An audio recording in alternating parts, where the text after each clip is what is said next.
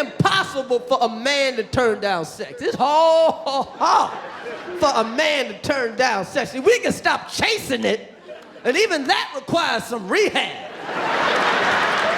But it's hard for a man to stop. Woo, turn what? If it chases us, we can't run that fast. It gonna catch us. We're like, shit. Pull the hamstring, it got me. You can't run that fast. See, it's easy for women to turn down sex. It ain't shit for y'all to turn down sex. It ain't no thing for y'all to turn down sex. Y'all like, why can't you turn it down? I do it all the time. Why can't you say no? I say no. See, it's easy for y'all. You know why? Because every woman in here, ever since you was 13, every guy you met's been trying to fuck you. That's right. Women are offered dick every day. Every woman in here gets offered dick at least 3 times a week. 3 times a day, shit. That's right. Every time a man's being nice to you, all he's doing is offering dick. That's all it is. That's all it is. That's all it is. Could I get that for you? How about some dick?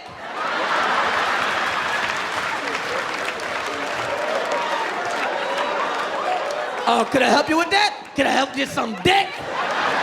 Do you need some dick? Nobody offers us shit. We got to fend for ourselves. We can't believe it when we get an offer. We're like, damn, this is my lucky day.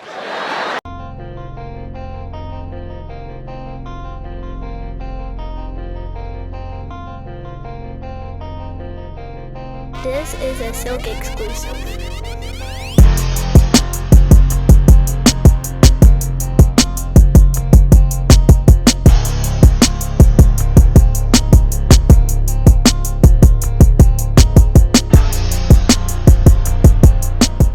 Welcome to another episode of Words, Music, Dance. I'm your host, as always, Paulie the Bull, no relation to Gravano.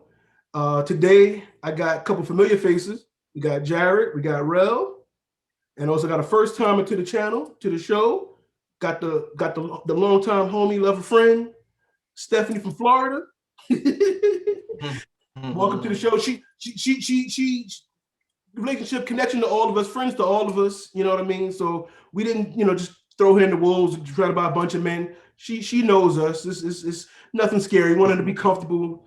First time on the podcast. So I hope you're comfortable, Steph. Hope it's all good. I'm so comfortable. You don't have to worry about my comfort level. I kind of knew that. I kind of knew you'd be prepared for this, so I'm not worried about that. Steph, for the listeners and the viewers, do you want to share your social media so they can harass you? Sure. You can find me at Steffi_Green Eyes. That's it. Okay, and you also do poetry, so we also want to shout out your poetry page. So what's that one? Yeah, I put that all out there. It's promotion. All right, so you can find me regular Instagram at Steffi_Green Eyes. I also write excerpt poetry, and you can find that at Moon Inspired Mind. Exactly how it's said. There you go. All one word. So check out her poetry. Hit the likes, share, do all that good stuff for her. And also while you're here, like, share, the podcast and stuff as well. Shout out to the listeners. Shout out to the viewers. As always, I appreciate you. We had a main topic that we're going to get into, but first we had some breaking news right before we started recording. If you've been living under a rock for about a year now, you're unaware, but those that are aware, Derek Chauvin has been found guilty for the murder of George Floyd. He was found guilty on all 3 counts, second-degree murder, third-degree murder, and second-degree manslaughter. So, like I said, it's breaking news. We're not going to deep dive into it right now, but as I always say, the conversation continues and we will revisit it as soon as we have more information and things on it. But I just wanted to get you guys' first reaction to the situation that's currently happening. Steph, as the first time to the show, what are your thoughts on that verdict that was just announced? So like, what was America supposed to do with that tape and everything? I'm not gonna lie, me and Danny were having a conversation yesterday and I was like, watch him get off with manslaughter, the second-degree manslaughter, and that's it. That would be so ridiculous. But in the past, there's always some loophole, some way or something like that. To see him get all 3 counts, the second degree, third degree, and second degree manslaughter, was a breath of fresh air. But like, it's also like, now do Minnesota pay tax-paying dollars to keep his ass in jail, eating, seeing his family? Because I don't think so. And what about the cop that was standing in front of him? Like, I'm just really interested to see how it all unfolds. But as far as that verdict goes, I'm happy that we can't, like, that he was made an example of, because I mean, that would be ridiculous if it was to go any other way, in my opinion. So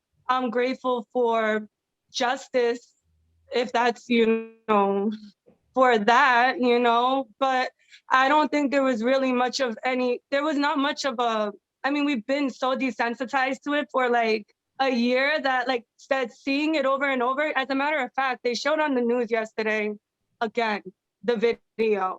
And I just couldn't say, like, I can't see how, I mean, we're in the United States, a fair trial, but the fact that there was even a trial to that and how people had to like relook at that and relive that, it was nothing like I've ever seen, be done. Like, it was just disgusting. And I'm glad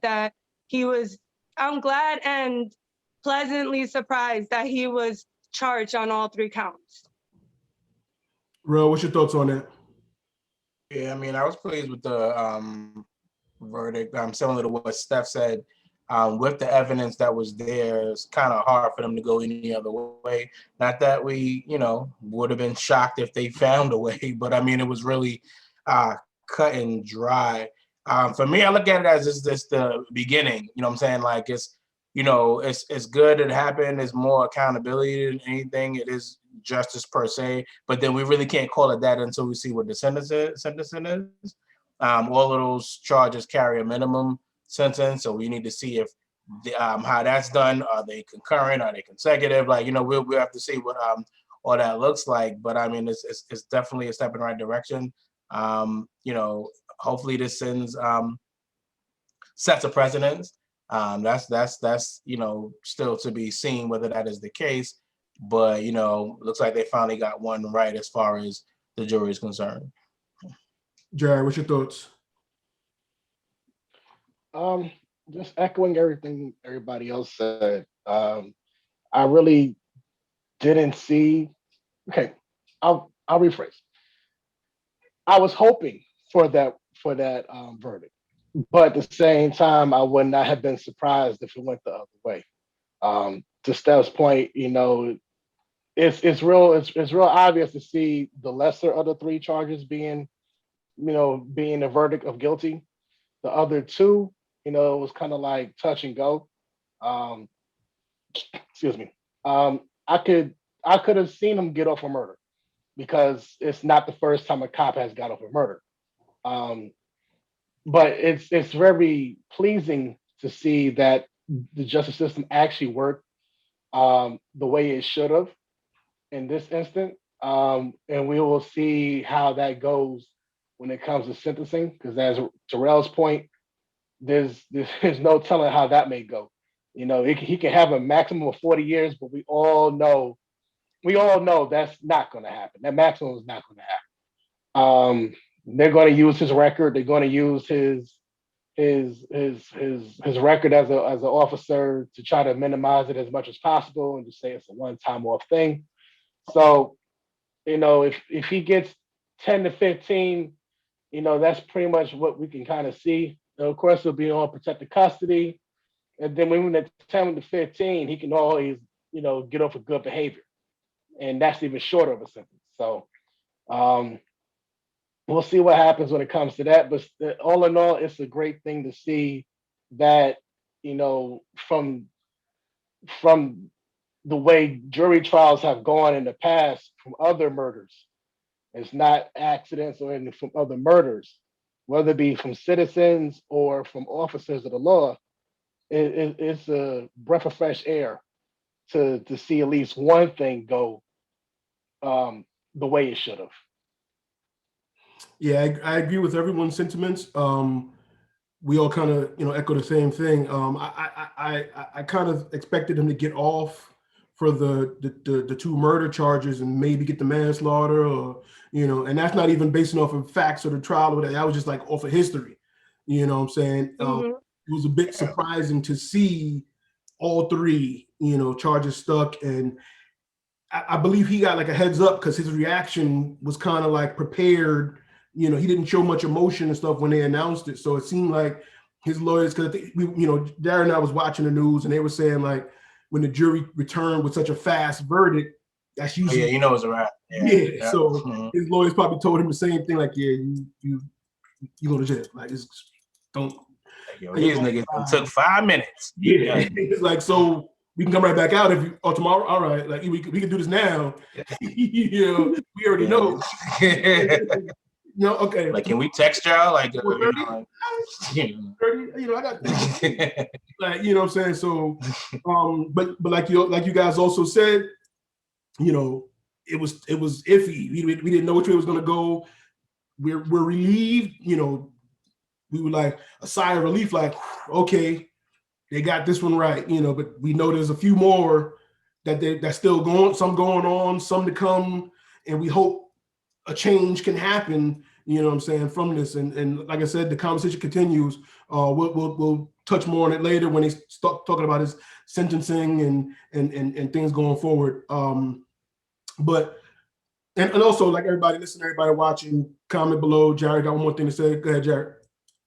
Yeah, I will say this. Probably the only reason why it did take 10 hours is because there was like, we getting paid for this, right? So if we get one more day of pay, plus we get another steak dinner. Oh yeah, it's on. Yeah. We'll accept that. If I don't go to work Tuesday, it's 4:20. I could smoke real quick, and if I'm at work, they won't let me. So I kill one more day. Yeah. Let's just have a slumber party, milk some hours, and just talk shit on how. Yeah. Why are we even here? We know the dude is guilty. Let's just talk shit over how he's gonna be. They was like, we're still 420 guys, and then pass it over. We're still deliberating. We're discussing matters. We're discussing matters. We don't know yet. We'll let you know. Yeah, and an 8 for you, an 8 for me, an 8 for him. Let's roll up. And that was the best like deliberation ever for them, probably. Yeah, but we'll return to that topic at a later date. We'll dive a little more into it when we get some more information. Like I said, it's breaking news, just dropped right before we were ready to return, and I wasn't prepared to deep dive into it, but that's the foundation, and the conversation continues. We'll come back to it. But Steph and I was having a conversation about a week ago, and we were talking about some relationships, and she hit me with a phrase called the paradox of opportunity, and I wanted her to explain that a little bit, and we can kind of have a conversation that goes from there, because the phrase was an interesting one, and I think there's a lot that can be expunged from it. So, Steph, can you please explain to the gentleman and the listeners and viewers what the paradox of opportunity is? Okay, so the paradox. I was talking to Paul about the paradox of opportunity, also called the paradox of choice. And it's pretty much the more choices that we have, the harder it is for us to make a decision. Thus, the idea of more choices actually steals from our happiness and creates more anxiety in a given situation than having fewer choices. And that could be incorporated into career, dating, where you want to take your girl to eat, anything like that. It could be incorporated into anything, but that is the basis behind the paradox of opportunity. I believe it started being researched by Oxford University over career choices. And then over time, who I directly heard it from in the dating scene was Mark Manson. He writes a couple of books that I've read. And that is where I really started to see it, got a lot of examples from, and really started to believe in that is very true, or I've seen it to be very true. So when me and Paul were discussing, dating and how dating is in 2021 versus back, even 10 years ago. This is something that we're dealing with due to social media and everything else. So that's what that is. So gentlemen, I ask you guys, what do you think about that ideology? Does it sound something you can relate to, something you've experienced? What do you feel about that? I don't know. I mean, it sounds viable. I mean, it doesn't sound like viable in like on a blanket type manner. Like, like it'll it's just that cut and dry if you have that many choices. But I mean, more gave me questions as far as like, if we're just, let's say we're drilling it down to relationships, and dating or whatever the case may be, is the dude, I forgot his name, Mark, whatever you said his name was, is he saying that when a person is presented or has the opportunity that has choices, when it comes to who they want to date, that takes from their happiness, or just because I can understand having the choices making it harder to choose, obviously, because if you have, if you're in a menu, if you're in a restaurant and they have a normal people's menu, and then you go to like Cheesecake Factory, whose menu is like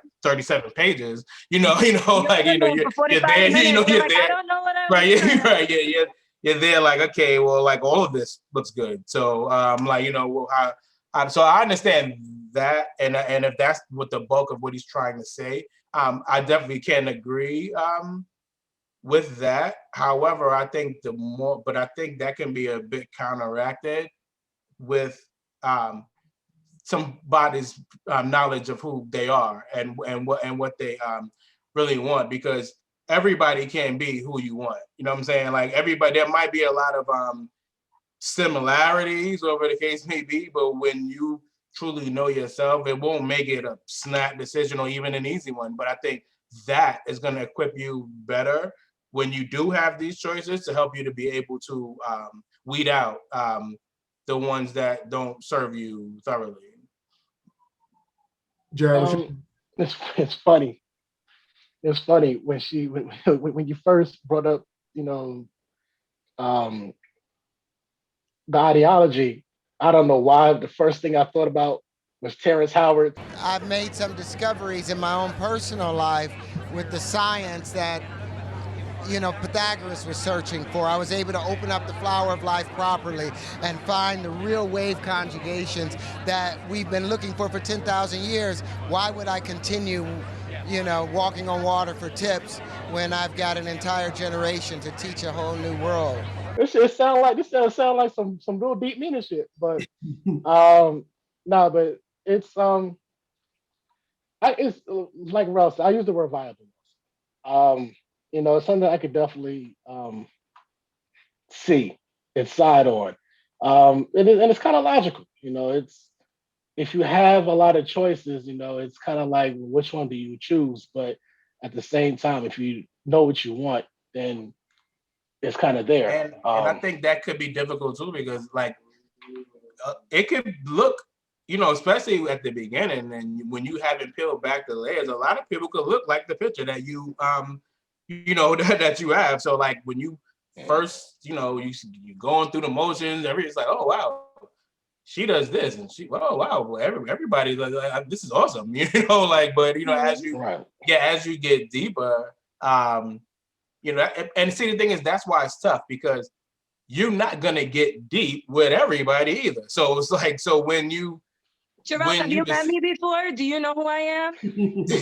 I get deep with everybody. Okay. What I mean by that is, but at some point you start to figure like who you want to get serious with, or start moving in that direction. And sometimes even when you make that decision, there's more than one person in your in your view.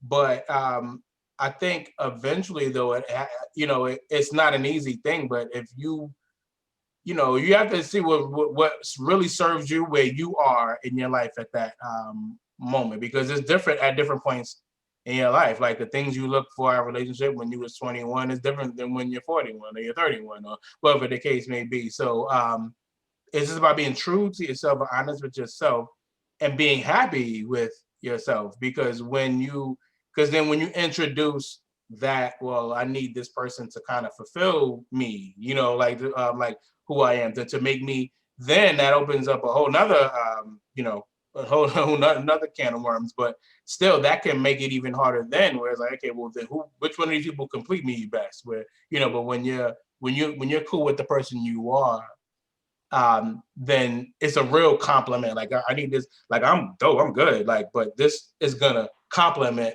me as opposed to complete me. Jared, did you And finish your thought? can I say something on Yes, that yes. with Jerome? I really love your answer. I love like this group because we're like the age of in-betweens. You know, we've lived this era in dating. Me, I think I am the youngest one here. I'm the youngest one here. I have dated both with social media and without social media. So it's safe to say we all have dated with both. Yeah.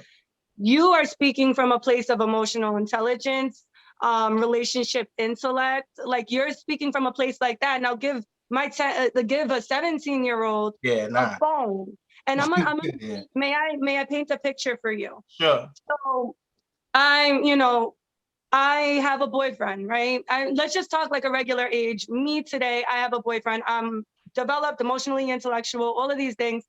I have a man. Things aren't going good. I post a picture I posted yesterday on Instagram. Immediately, message. Mhm. Which means psychologically, let's take the paradox as, let's think of it like a framework, and let's talk about what Jarrell was discussing as decisions, as impulsive neuropathical responses. Right. When we have more, it's harder to choose whether you're in a place of emotional intellect or not. So it's actually showing the evolution of what opening those windows are. The example I gave to Paul was back when I was a child, like when I was in high school. Everybody that went to my high school lived in my area, right? At that time, in 10th grade was my first cell phone. It was the Nokia with the snake game on it, and I was 14 years old. Okay, we didn't have social media. It was black and white. All you had was those buttons, everything like that.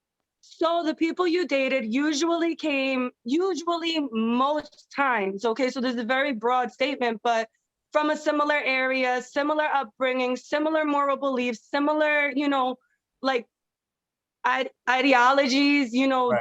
very similar beliefs. Now we have Facebook, Instagram, Twitter. We have, like, what is it? Hinge, Plenty of Fish, Bumble. Then you got OnlyFans. You got chat with this girl naked at 2 a.m. for $2.99. You know what it's like? Like, when all of that, when back in the day, we used to have to put 64 on when my parents went to bed at 11:30, and it was staticky as shit. Now, my daughter could, if you're not careful, my daughter could access whatever the hell she wants to look at. Yeah. And That's true. man, like, now we're talking about a bigger thing too, because anybody could pretend whoever they are on the internet, and we were doing that with the ASL in the group chats when we were kids anyways, Yeah. Man, let me tell you, speaking of that, I was traumatized when I was a kid, like at 12 years old. I wish I never did that. I was really traumatized. I have the image burned in my head. But that flung me the other way with the opportunity. But what I'm saying is this: the second Danny makes me feel unsupportive, guess who makes me feel really supported? Jarrell. So I could turn that part of me off to Danny and bring that part of me. It got caught on my ring. No, I'm just kidding. Sorry. And bring that part of me back to Jarrell. So now Jarrell, and this is some real shit, Jarrell's satisfying a part of me that I have now subconsciously deemed Danny is unnecessary for. He's unnecessary because I have someone else. That's still a part of my energy that I'm giving Danny. Now we're not even talking about dating in general. We're talking about like the psychology of dating. Yeah. So what ends up happening with the paradox of choice and having endless, infinite possibilities of fickle, superficial, material relationships and interactions is you want a porn star, you want a 10, you want a best friend, you want a therapist, you want a supporter, you want a cheerleader, you want that person to make money, you want them to do the nastiest shit that you've ever had done to you. Hey. You want them. I can't stand you. Yeah, right. Yeah. But the truth is, somebody done gave her all the secrets, man. Like, yo. I mean, I want it too, but the truth is, what the paradox does is it makes us believe that it's possible to find it in one person. In one person, because right, we're giving 7%, 10% to 10 different people to make us seem fulfilled. But the truth of the matter is, we're unhappy when I lay in bed, and that's what. So that makes me feel like anything is disposable. Any relationship is disposable because there's a line of people back there, and things weren't like that 10, 15 years ago. Yeah, I was gonna say I agree with what you said to a point, except for that when she was saying how like everything's disposable and those options weren't there, 10 or 15 years ago. I think they were there. I think they were a bit less accessible. Because these type of issues that people have in their relationship, they've always been having.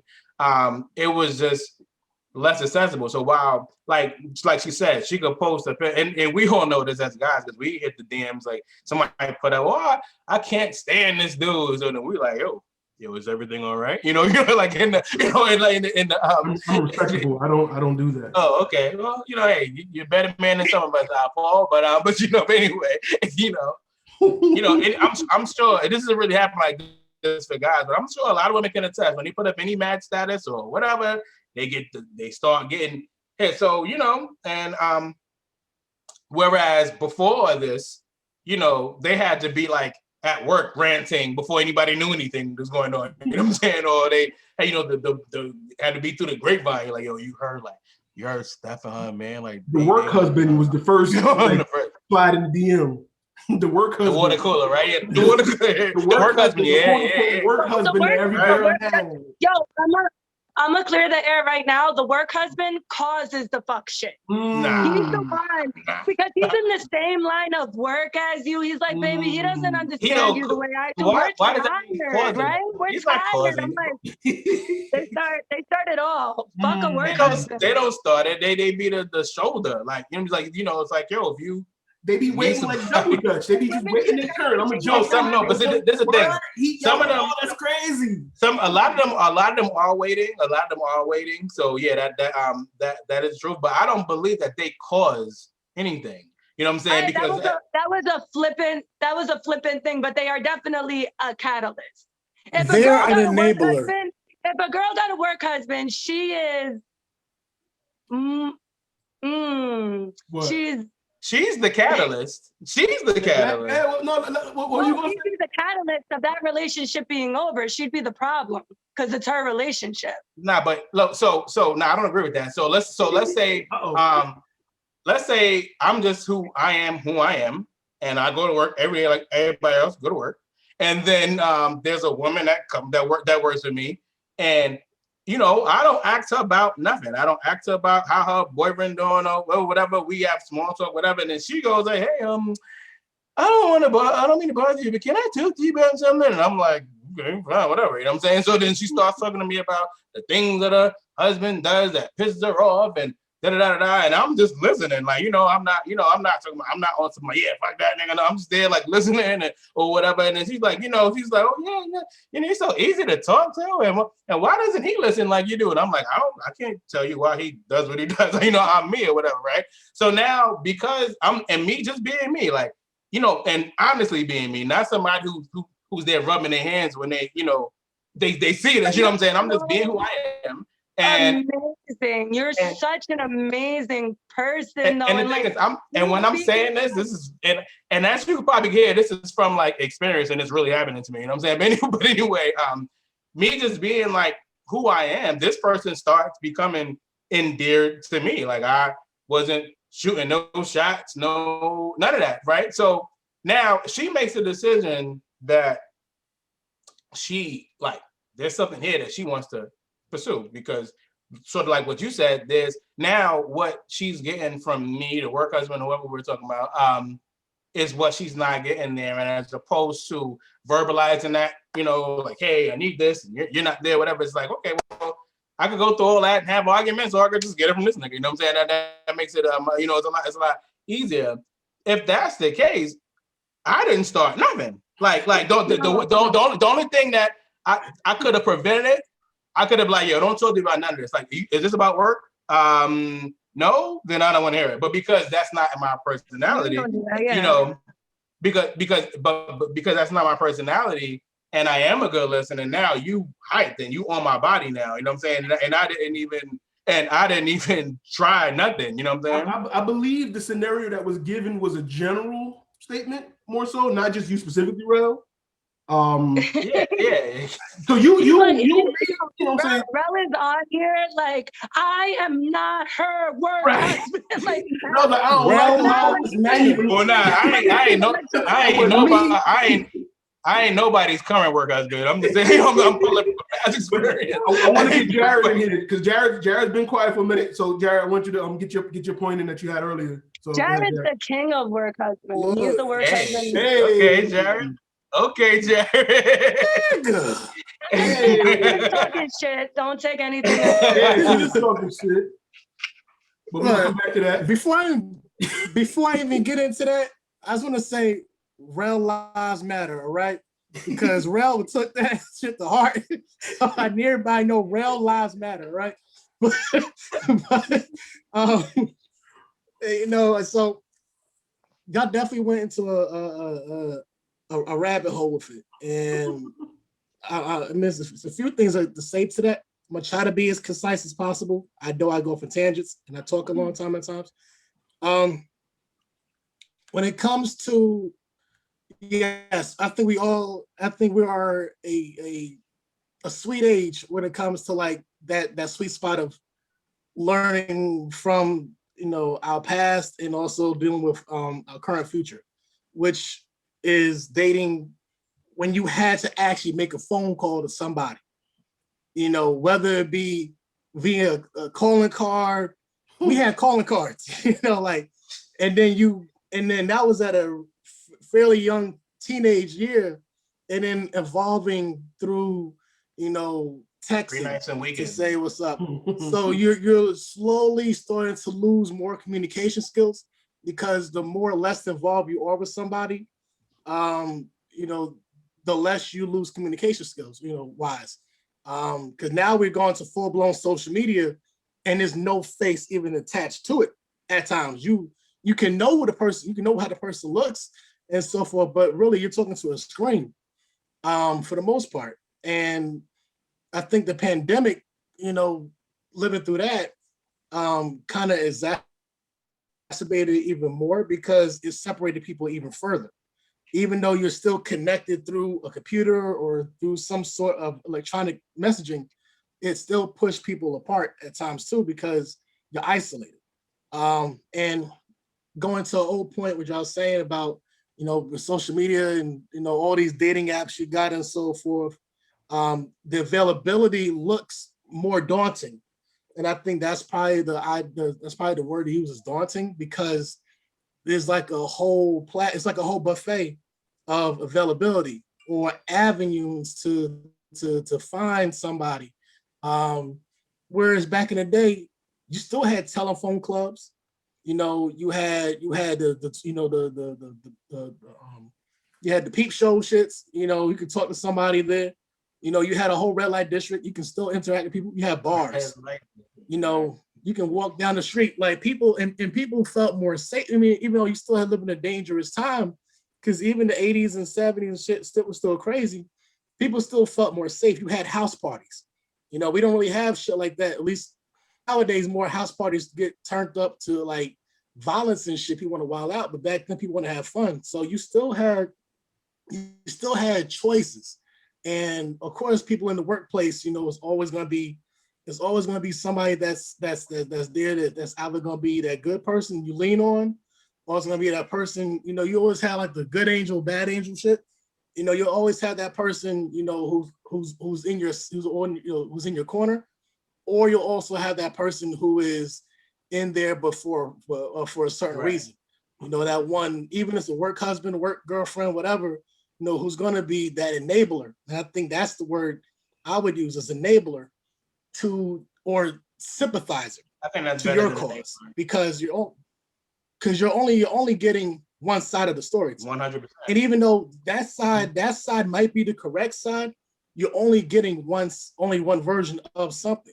Now, to Steph's point, as me saying I'm the work husband, I'm the king of work husbands, is because I'm also the big brother at times too, because I hear shit. And I also,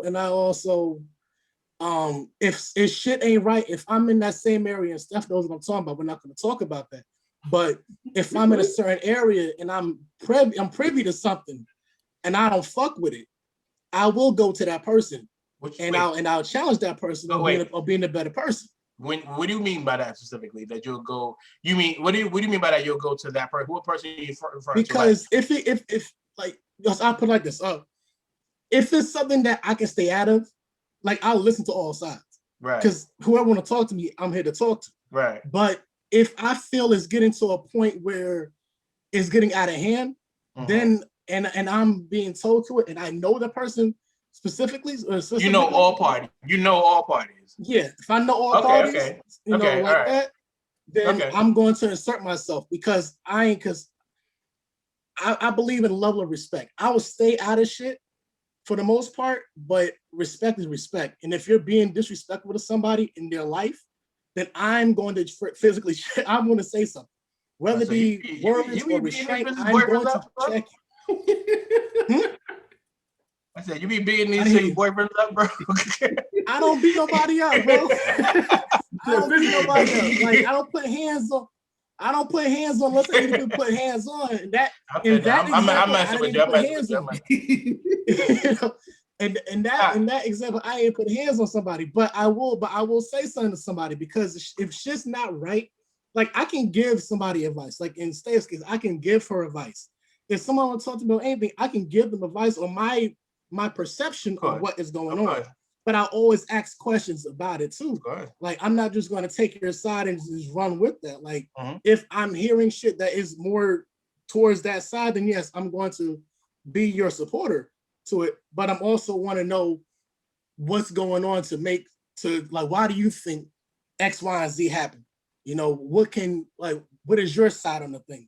You know, what do you see that you can do better on? Like, I don't want to just, you know, be on one side about things, but you know, it's still availability in who you're around. So nowadays, it doesn't have to be who you're around. You could be a million miles away. You're always still one click away. And I think that availability of things makes it look appetizing in terms of attention or an escape, because you don't have to be that person that's right next door or right near to be, you know, that escape or that outlet. You know, you can be a fictional imaginary person on the whole web, catfishing, whatever, but that person is who you're leaning towards. You know, like, I like that profile, or I like that person, I like the Instagram, I'm gonna follow that right there. You know, I don't know that person at all, but I'm gonna subscribe to that person's, you know, visions and beliefs, and that's my outlet. You know, like when how Steph was saying, you know, Rel could be that 10% that, you know, that's to satisfies her on that thing, and then it can be another thing, and somebody's gonna be another thing. You know, like, you don't have to be right next door to satisfy any kind of need. Like, I can see something, you know, like those Dear Abby, you know, paper things, you know, like people who used to read the paper, you know, for self-help stuff.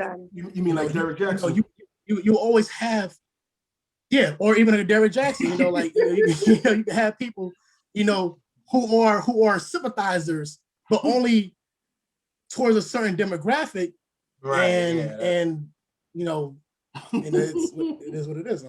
Derrick Jackson is like the internet. I talk a lot. I sound I'm trying to be concise, but I didn't. Derrick Jackson, like you said, he's the internet work husband. Yeah, he's the internet work husband. Like, he became, yeah, damn girl, he did that. That's crazy. That's fucked up. Then we find this nigga married. Like, wait, what? Like, I didn't even know he was married. Like, I seen his videos. I didn't really follow him or nothing. But I thought he was single. I thought he was single this entire time. Because I've had plenty of conversations. I'm like, I know this dude is smashing because all he does is pander to women.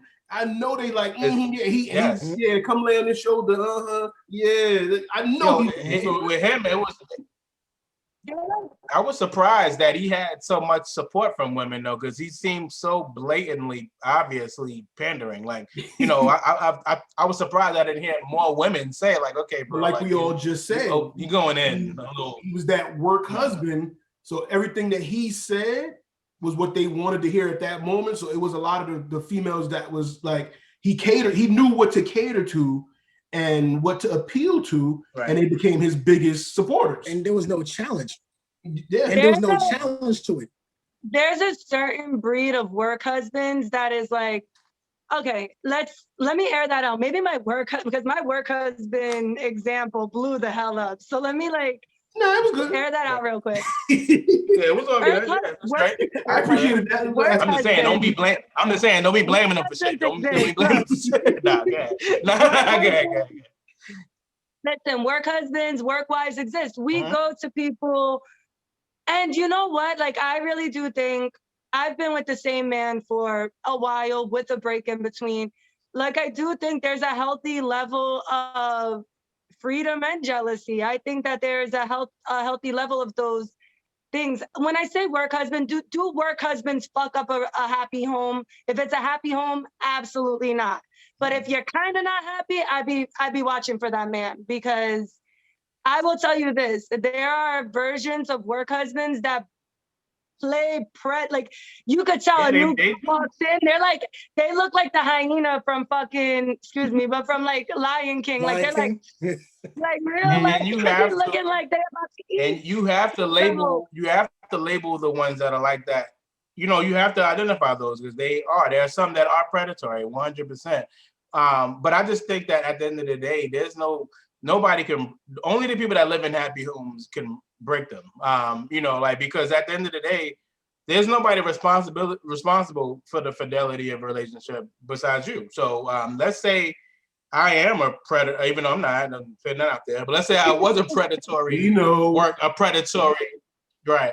Let's say I was a predatory work husband, right? So let's say I was at work and every time I saw the opportunity, you know, I don't have to not do that. Like, you know, I'm not in a relationship with your boyfriend. I don't have no allegiance to him. I don't know him, or I don't have to not be predatory. You know what I'm saying? Like, you know, so like some people may say, well, you know what, that's not who I am, and that's fine. And some people are like, well, nah, I'm predatory. That's fine. That's on them. You know what I'm saying? But at the end of the day, they don't have a responsibility to your relationship. So if a woman is serving herself up as prey, and this is what he does, at the end of the day, like you know, people aren't objects. Like, there's no such thing as stealing someone's man, or you can steal someone's hat or their car or something like that. You can't steal a person outside of like kidnapping, whatever. So if a woman serves, so she took her feet and walked in that direction. Now, if he says, okay, well, if she's coming over here, I'm not gonna lock my door and she'll have a guest. You know what I'm saying? But that's not his responsibility to be like, well, hey, like, you know, you're not supposed to be in here, right? Like if that's who he is, then that's cool. But if that's who he's not, that's not his responsibility to make sure that y'all shit is cool. Unless, you know, you're his friend, he really fuck with you like that, or the case may be. But if you come to work talking about work husband, and like, that's not his responsibility. So people could look at that person, you know, in a bad way if they want. You know, I get it when people do that, but I feel like he doesn't have a room in that house. Like, that's not his house. You know what I'm saying? So so as far as for him to have a stake in the walls being structured and not crumble, like, where is his stake in that? But that's exactly why I refer to the person at work as a catalyst and not the person that's ruining it. The meaning, like, what I mean by catalyst is it's just something that's there that moves things along in the process. A system right. Well, see, a catalyst really, a catalyst is something that starts something. So that's why when you said catalyst, I was like, nah, you know. So yeah. Are you sure? Because a catalyst is something that carries something over. When you're thinking of something that starts, do we have to get the definition? Energy. Activation energy. So we're gonna have Paul's gonna look up catalyst. Paul's gonna look up catalyst for me. All right, so hold on. Because I think the word you're looking for is more of a conduit versus catalyst. Don't be telling me I was using that word wrong for like 7 years. A substance that enables a chemical reaction to proceed at a usually faster rate or under different conditions. That's one. Two, an agent that provokes or speeds significant change or action. So not that it's the start, it can provoke or speed the significant change. So, but if it provokes, that means they're taking an action. That means they're taking an action. So no, you were correct. With the, so when we're talking about, real quick, when we're talking about work husbands, like I said, maybe that was an asinine example, but like it wasn't. No, it wasn't. When we're talking about work husbands, when it comes to a relationship, the people responsible of the relationship are the people in the relationship. And that's that. And, you know, there are going to be a million people in the background, you know, friends, people that want you, people that want him, haters, all of those people are going to be in the background. It is ultimately your responsibility. Now, learning about things like the paradox of choice or the paradox of opportunity, learning about like educating ourselves on the neuroscience of how our emotions work would assist. Now, remember, Jarrell, you're emotionally intelligent. You're very, very smart. You know what I'm saying? All of you guys are. You guys are brilliant. You know what I mean? But we're also talking about, we're putting these hands, the things that we got in our hands in our 30s, we're giving this to 16-year-olds and 15-year-olds. You get what I'm saying? So this is a whole processing shift in society, I feel.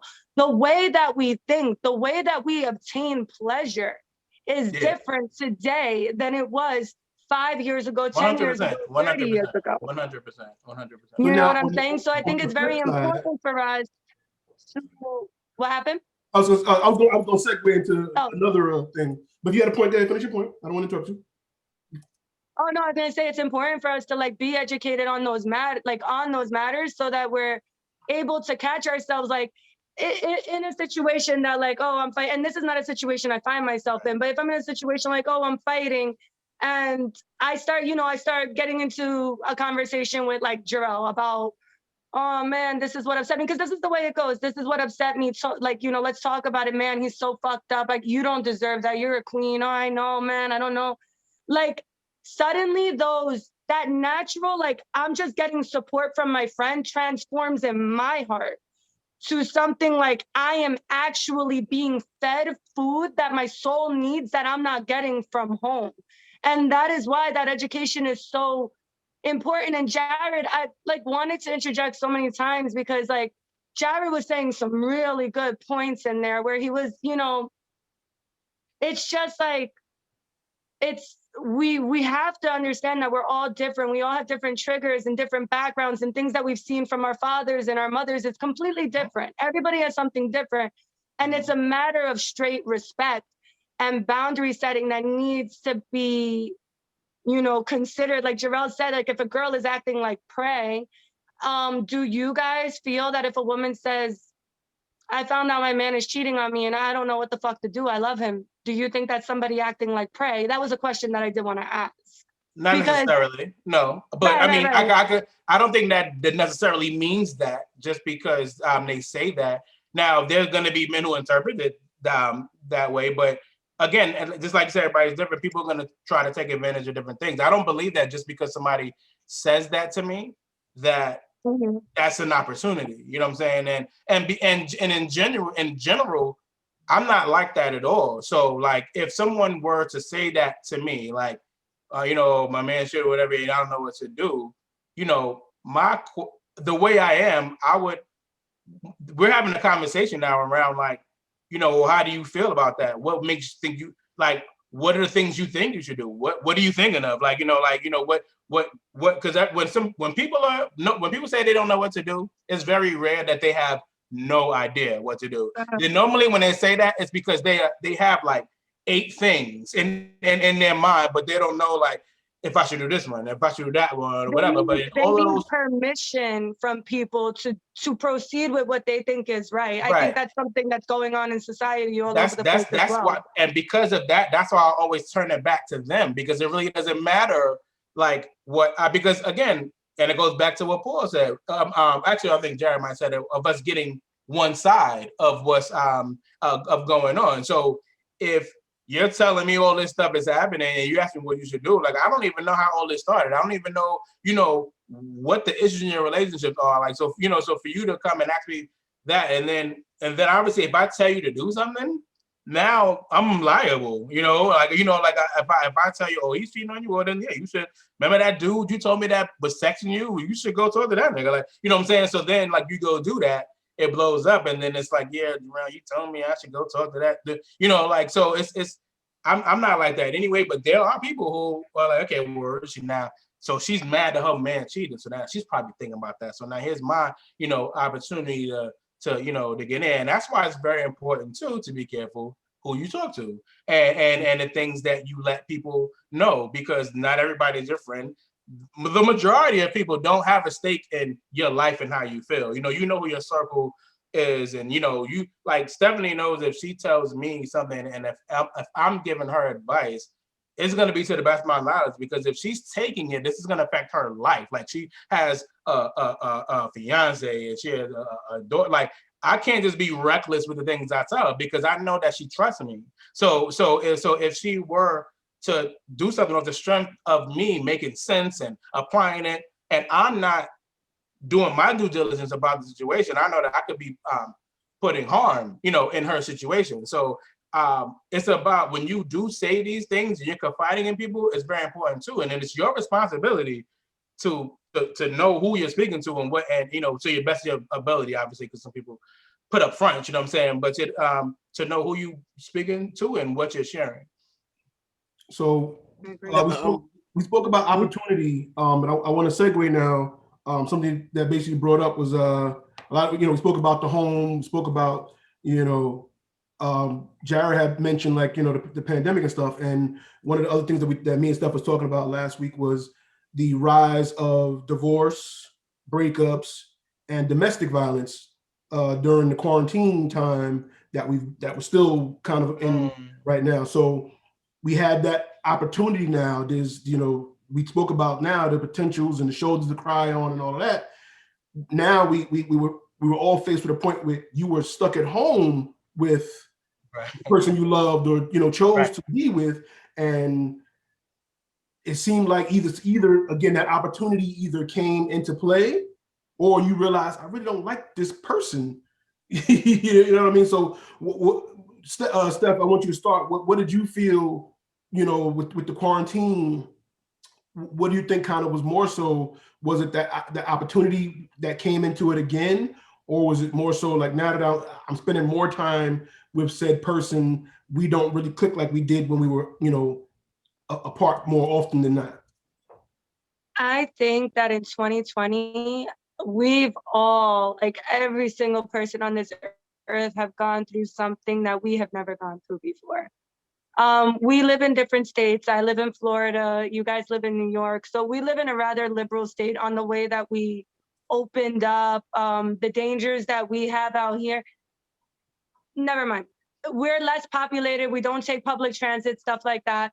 But in the 3 months that it was really tied down here, I had seen and heard with a lot of people, it's actually the lack of opportunity, not being able to do things. Yeah, you're in the thing, but everybody's afraid. Nobody's going over someone's house back in June of 2020 to have sex in June of 2020 because we were scared. You know what I'm saying? I mean, at least not that I know of, honestly speaking, not that I know of. And I think that was the lack of opportunity that really, that's interesting the way you brought that up, because it's like the lack of opportunity really tying people to each other went one of two ways. Either people grew together or hopefully they grew apart. Now, some people don't have the pleasure of growing apart, and it just turns into, you know, as Eminem would say, a volcano or a tornado meets a volcano. Like, people just get so, it's hard to be in. I mean, I don't know if you guys live with any significant other or any other people. It could be a person same sex. It's just, it's gotten really hard being inside for so long. And I think that really did take a toll on relationships. And I want to also speak to real quick mental health. My mental health suffered badly during, it happened in June. It happened in June last year when George Floyd's killing. I handled COVID like a G.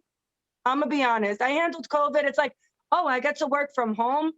It's not all it's cracked up to be. I've been working at home for a year and it's wild. A blessing, but wild.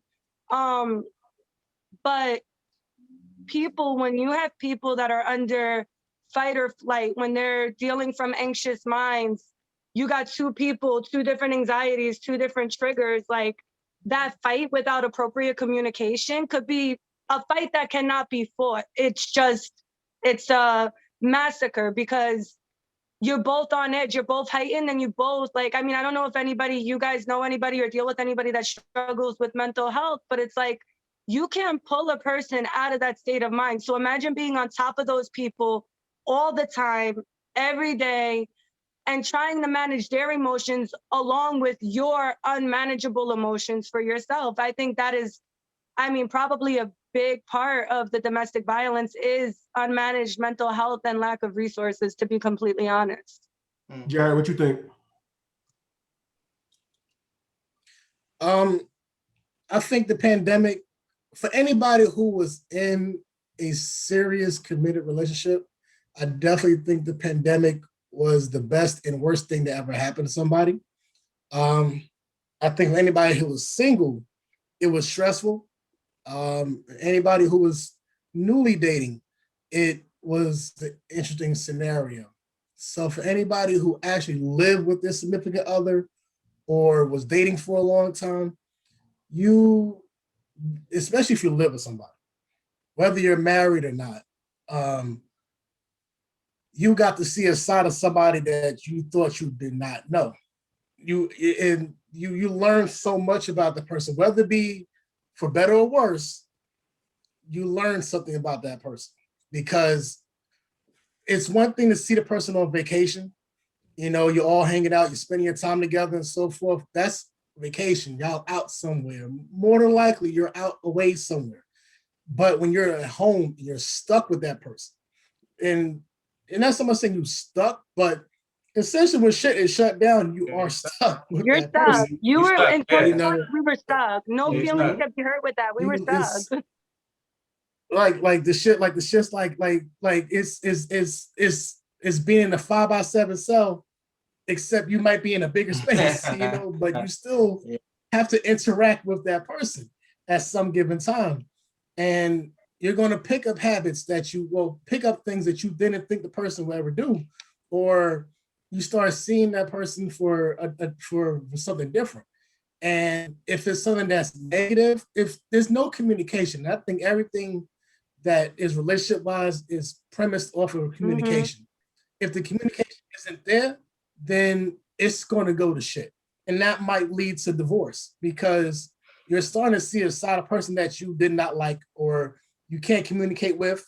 And mental health does come into it, because some people don't know how to handle their own mental health. Like minorities especially, we fight, we act like we can just do it on our own. We don't need nobody telling me how I can think or how I should think or who to talk to. And we have our boys and, you know, we have our girls that we can talk to and so forth, but I don't need no professional help person telling me how I should think or how I should do. Look, I'm in therapy now. I love it. Because even if I don't gotta talk about whatever, I can still just have somebody to talk to about what, you know, about anything. Outside of somebody who knows me personally. And you develop more skills about yourself, or you develop more things about yourself because you get other aspects about you. But you know, that the pandemic, you know, that was rough. You know, it's for better or worse. So if people are getting divorced, it's because they saw faults in the relationship that they did not want to deal with. And everybody has their deal breaker. And some people got pushed to the limit. Now, whether it be from mental health or so forth, that could be the reason why, because maybe they didn't know how to deal with their own stuff. But at the same time, if you're in quarantine with somebody and you're seeing that person in a different light, because you're just seeing who that person is without you around. Like that person was like that without you there. But now I have no other choice but to be that person because I can't mask myself or I can't unhinge, I have to be unhinged. So I have to be me, unapologetically me at all times now. Whereas you can temper your thoughts, if I'm away or if I got to go to work, or if I have to distance my space, like I have it out, I can go somewhere and so forth. But in that person's space, there's nowhere to go. So now you can't show your face somewhere else, or you can't just hide your face or just take it out on somebody else, or talk to your boys about it. You're in that person's face. So now everything comes back to you. And you learn things from that. For me being single, there was somebody I was fucking with. When the pandemic hit, she wanted no parts of anything because everything got scary. Understood that. I did laugh when you were saying, June 2020, nobody wanted to have sex. Because he was in there in June 2020.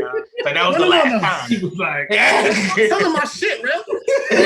Stop telling my shit. I laughed.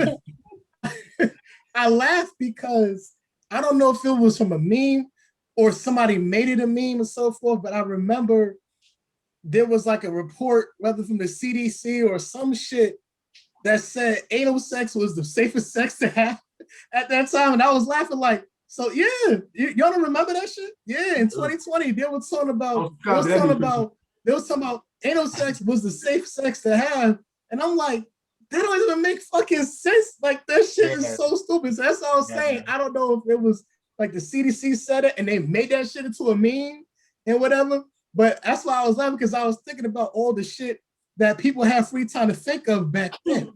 But like I said, for me being single, it didn't faze me because one, I'm an only child. And I have my friends that, I have you, I have Ro, I have people I could just talk to anyway that's not around me. So it didn't really affect me as much. The only thing that it hurt me was, well, I had, at work. So I've been out of work. So I didn't have a summer that I could have enjoyed and traveled and gone. So it was like, shit, the time that I actually had time to go somewhere, I can't. And that was a little bit depressing. I went to gun trainings and whatever, every now and then, or to the range whenever that was open. But my life didn't really change dramatically or drastically during that time. Like I seen the effects that it had on other people, and I've dealt with the effects that it's had on other people. I've seen the destruction that time period caused a lot of people, and I sympathize and empathize with all of that. But me personally, that stuff didn't really affect me. And if I had a relationship, then maybe it would have been strained, because it's how do you date somebody in this time? And yes, you have to be more creative with shit. Virtual dates. If you're sending, you send the Uber or Uber Eats or DoorDash, whatever, to somebody, you can enjoy the same meals. You do it over a Zoom call or whatever. Like there are interesting takes you can do, but there's only but so much you can do. Like there's no physical touch anymore. And that's kind of similar to how life is before even COVID, where we all became digitized for the most part, where everything is more conversation over the phone or via text and so forth. So COVID kind of mirrored what life was anyway. It just threw us into a shockwave. More so because now you didn't have the availability of, being in touch with somebody in the physical. And, sexually, that may have pissed off a lot of people. Monetarily, it pissed off a lot of people.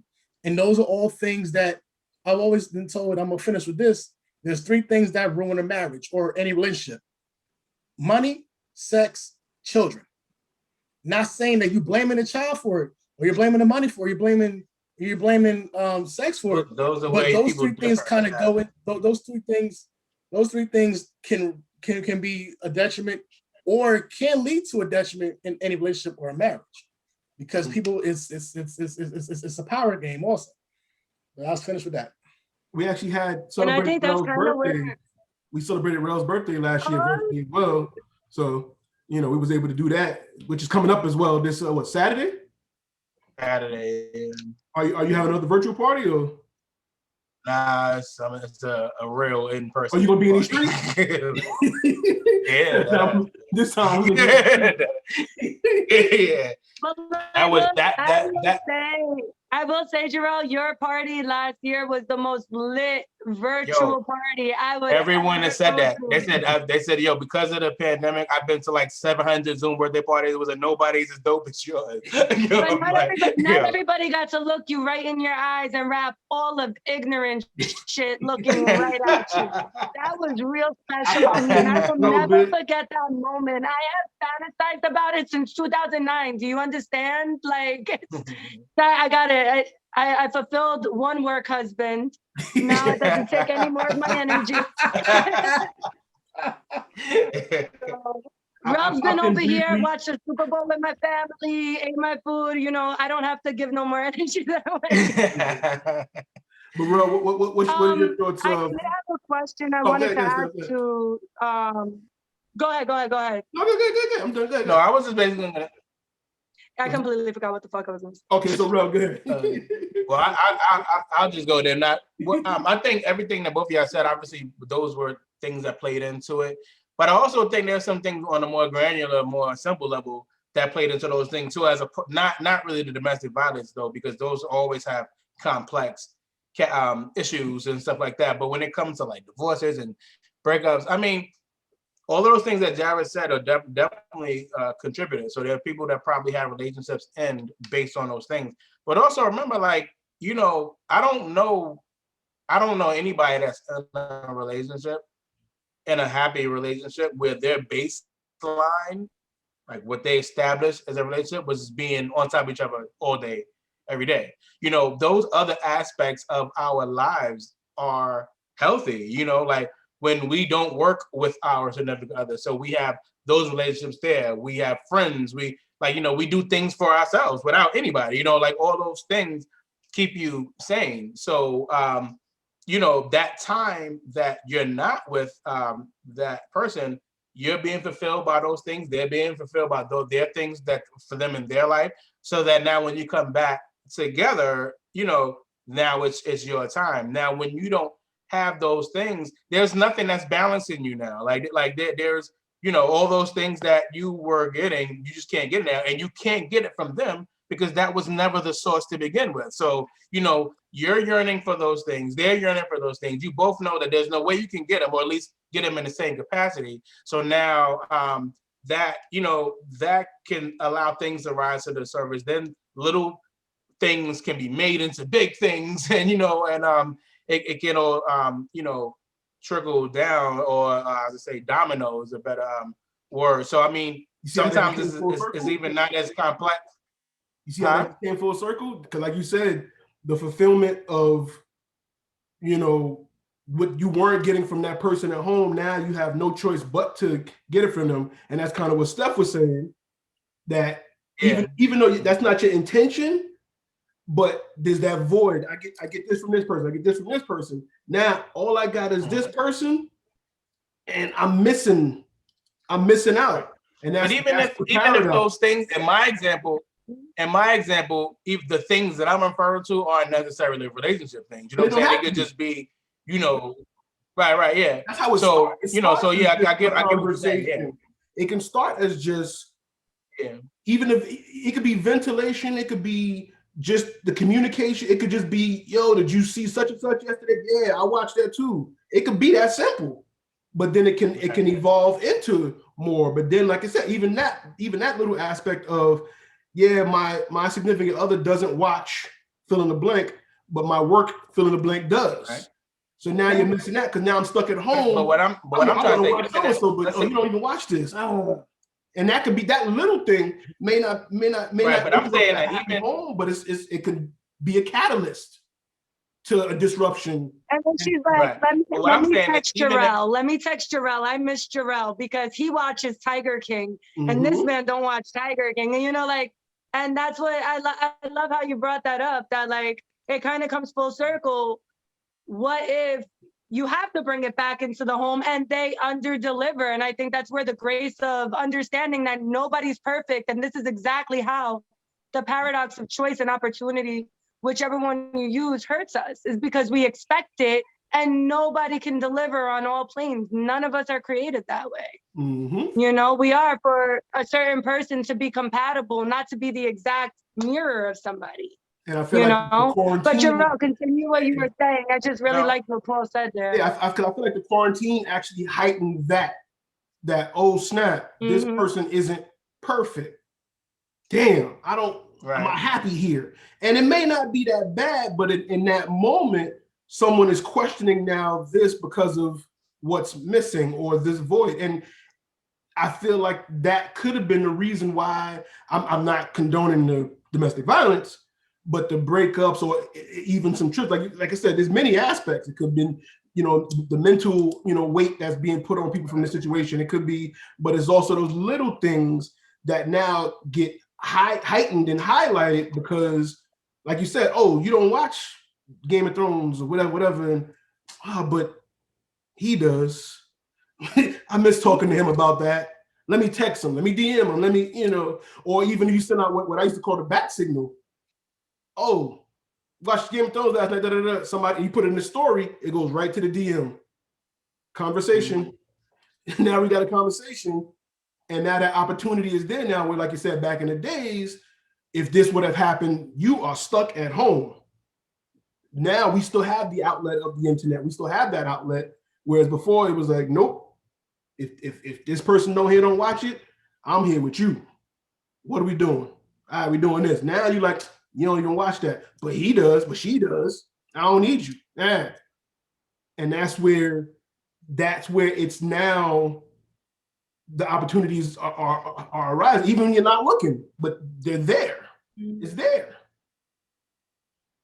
But I even think I wasn't even going to where, regardless of what it is and what it could turn into, that is definitely the case. But I'm even talking about things that you might miss that have no opportunity to turn into anything, but was still part of something that kept you sane. So for instance, let's say Zoom didn't exist, right? So, and we were used to always going to Jared's and doing these homie calls, doing these Word Music Dance episodes. So now pandemic hits, none of us want to be a danger to each other. So we, you know, now let's say I had a real connection to that. You know, that's one of the things that, like, you know, made me happy. Like, you know, so, and I'm not saying that, and this wasn't even an escape from my wife or whatever case, but these are one of the things in my life that that made me happy.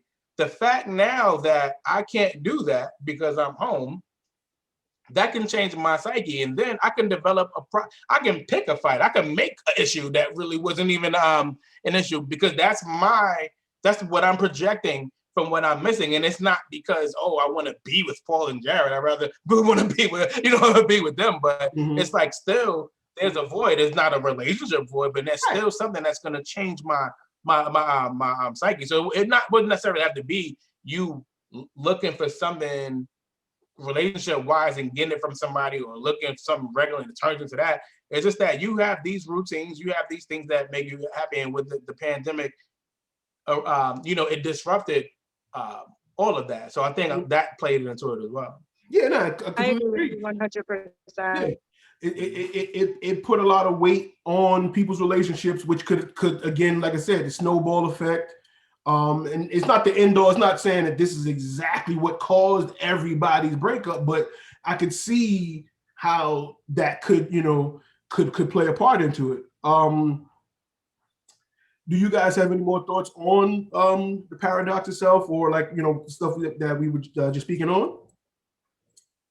Yeah, I think the paradox is something that is definitely a good ideology, and people should be aware of it. But I also think that's because it also can show you how much you need to self-reflect and understand and understand and learn new ways to deal with issues you're having, things you're missing.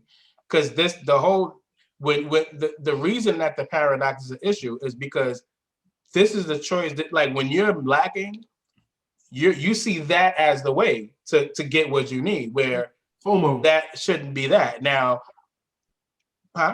FOMO, fear of missing out. Sometimes that comes into play. Right, yeah, you know what I'm saying? So like you say, well, this is my outlet, and it's easy to go that way because it's being thrown at you, or it's low hanging fruit. It's right, it's right there. So I think when you understand the paradox too, that can help you become more self-aware, saying like, yeah, I mean, I have these choices, but I already chose this, especially if I've been in it. I chose this for a reason, like I've committed myself to this for a reason. These choices that I have that I can easily go and grab from, there's a reason that I'm not there. There's a reason that I'm here. So, maybe I might want to, communicate. Maybe I might want to say, hey, when you do this or when you don't do this or whatever, this is what I'm feeling. This is driving me to. This is how it's affecting me. And then, it's up to that person then if they're, receptive, or they can't even try to understand it. Sometimes they can't understand, but they'll say, hey, let us go talk to somebody who can help me understand. So something to show that they want to work on that. That's what needs to happen as opposed to. Let me ask you this. What about the people that are not in a relationship? What about someone looking for a relationship, but the opportunities are now so abundant that they can't find a relationship, whether it be for them or but I think it goes back to what I was saying before about. I think that's what it goes about. One of my first points about the paradox, speaking from a single perspective, is about having to really come to grips with what you want, because sometimes there is only one option. Sometimes there's 17 options, and you're not gonna have 17 significant others. So I mean, you're gonna have to.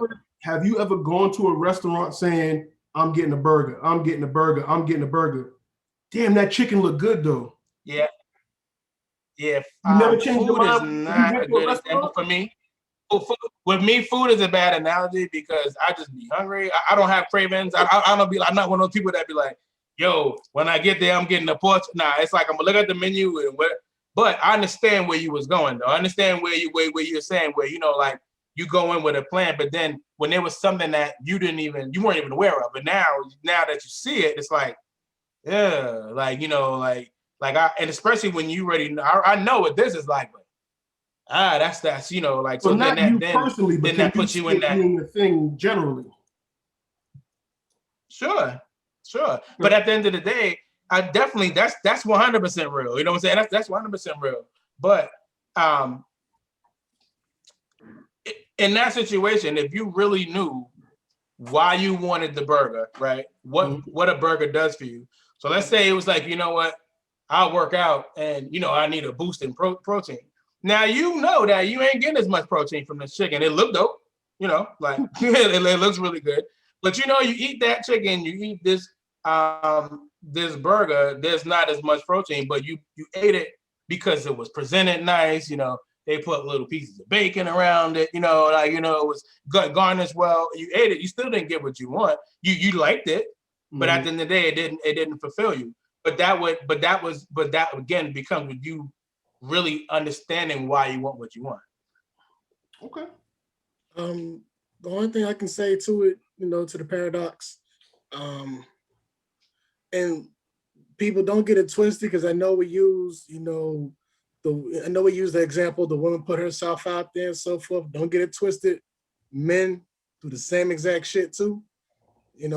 This is not just like a one-side affair.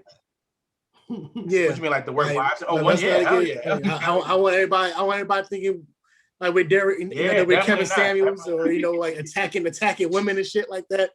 Like, men do it too.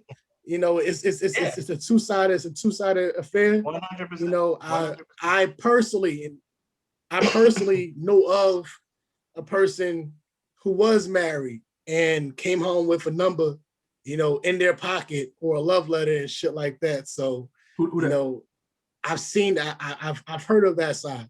Who you want to say who that is? But and I've You're not gonna snitch? my daddy. Don't do that. Oh, okay. We going back. Okay. My daddy. I thought it was I'm like, all right.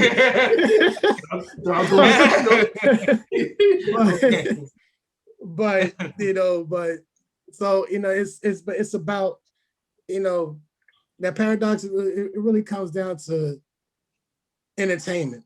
It's on the person.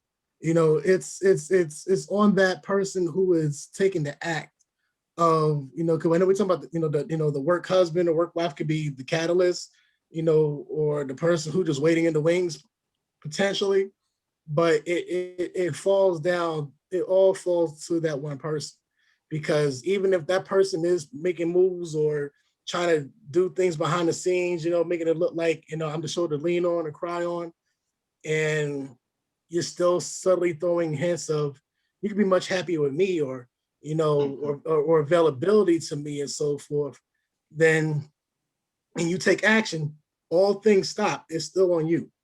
Sure. And I think people need to take accountability to that. The entertain is entertaining the idea, and you have to hold yourself accountable.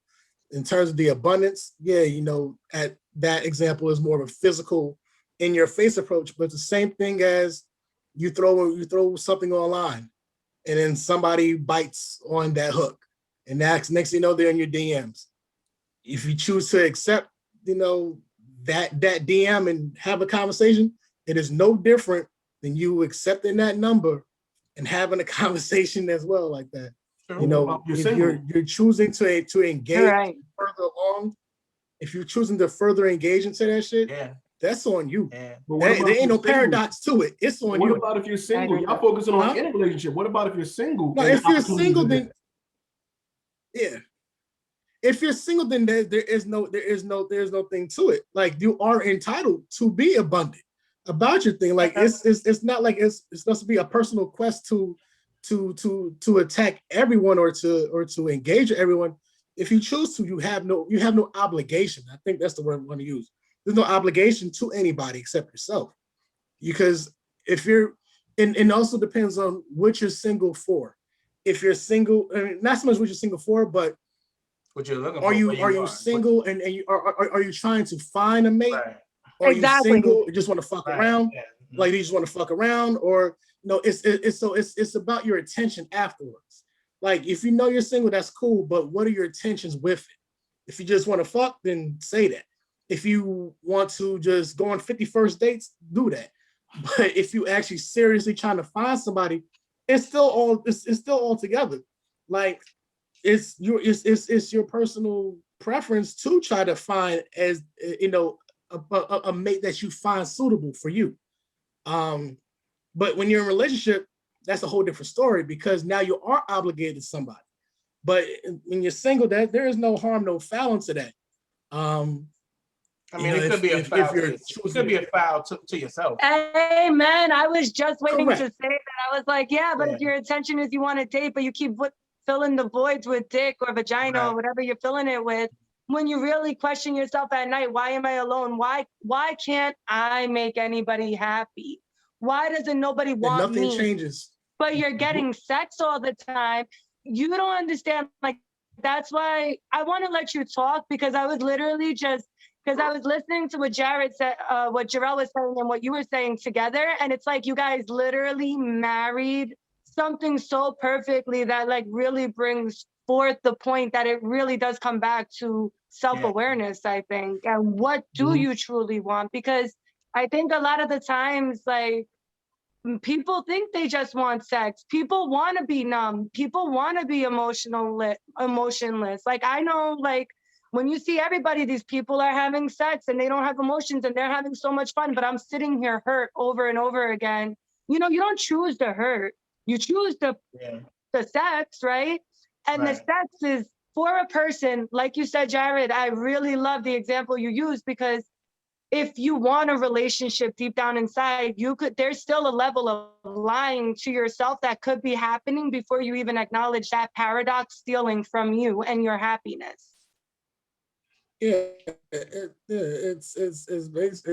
like you said, it's being aware, but it's also being aware of what it is that you want. And you can't do the same shit over and over again expecting different results. You can't take the victim route, but like, oh my God, why nobody wants me? But you're fucking half of everybody that you know. You can't expect things to be different at that. Like, you can't. Half of everybody. There is no expectation. There is no expectation for something new if you don't change something about the ways that you're going about it. Definitely. But pleasure is pleasure, and people want that. And some people settle for, like you said, the low hanging fruit, which could just be sex or temporary companionship, because the opportunities are there for more. So some people don't want the stress of something long term, knowing I can always get something short term because there's so much more opportunity, which is why these apps are so prevalent now and popping up every day. You got your, like you said, the Christian Mingles and Hinges and this and Plenty of Fish, and you can get whatever because there's a market for people that are like, a long-term relationship is hard. I don't want to deal with that. But I can grab somebody new every day or whenever. It's lovely out here. Why bother? And that's also an issue, because chicken and the egg. What came first? The lack of wanting something long term, or the opportunities to prevent from something long term? Did these apps create it, or were did they see a market and jumped on? Saying that feeling and that emotion that people were looking for. And we can. I enjoyed this conversation, you guys. This was great. I'm gonna shed a tear. This was beautiful. Steph, thank you. Rel, Jared, as always, thank you guys.